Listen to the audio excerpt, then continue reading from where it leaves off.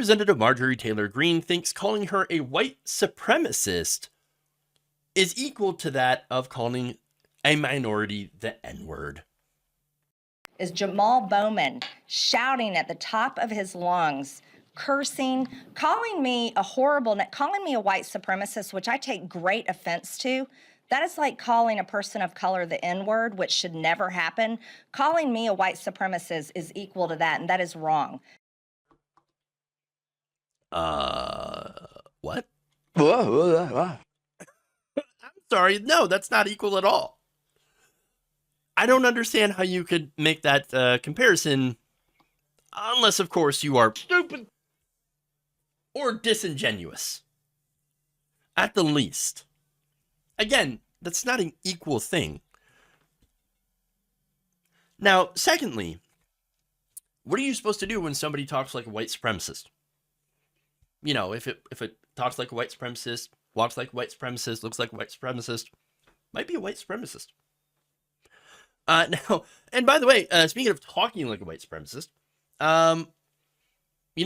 yesterday I showed you a video of Marjorie Green in a hearing about supposed left-wing extremism, left-wing violent extremism. Sorry. She claimed that a group of protesters outside were funded by George Soros with no evidence. And again, it's one of those things where it's an anti-Semitic trope for a reason.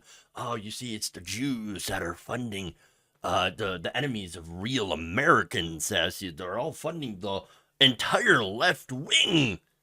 I'm not saying George Soros hasn't funded democratic causes before. No, of course, right? But that whole puppet master, he's behind everything.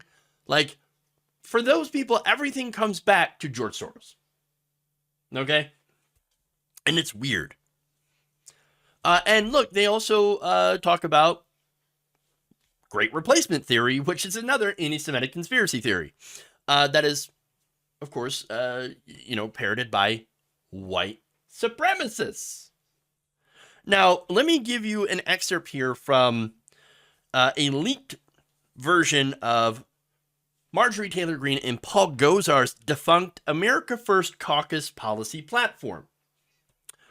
Quote, America is a nation with a border and a culture, strengthened by a common respect for uniquely Anglo-Saxon political traditions. History has shown that societal trust and political unity are threatened when foreign citizens are imported en masse into a country, particularly without institutional support for assimilation and an expansive welfare state to bail them out should they fail to contribute positively to the country. Foreign citizens are imported en masse into a country. Well, that sounds like Great Replacement, all right. Again, that's from the defunct America First Caucus policy platform drafted by, Marjorie Green, Paul Gosar, and others. I believe a staffer of Paul Gosar's is also an avowed white nationalist, if I'm not mistaken. So again, if it talks like a white supremacist, acts like a white supremacist, might be a white supremacist. Just saying. You just got to follow the logic here from A to B. Now, but it gets worse. She mentioned Jamal Bowman. She's now going to go in and say racist things about Jamal Bowman. Yelling, shouting, raising his voice. He has aggressive, his physical mannerisms are aggressive. And he just recently shoved Thomas Massey just outside the House chamber. I think there's a lot of concern about Jamal Bowman.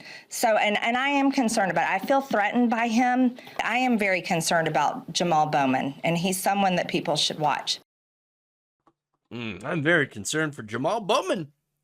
He has a history of being super aggressive towards me. I'm very concerned. I'm his physical mannerisms, they're very aggressive. Oh, he approached me. I feel threatened. You should watch him. Look at this angry black man. He's too loud. He's too loud. I feel so threatened. Why are you calling me a racist? I don't understand. Why are you calling me racist? I'm not racist. You're the racist. That's essentially what that is. I mean, wow. Wow. Yeah, okay, Marge. Yeah, okay. Sure. This is all projection, as usual, from, well, a member of the so-called Freedom Caucus, more like the Treason Caucus, and the Racist Caucus.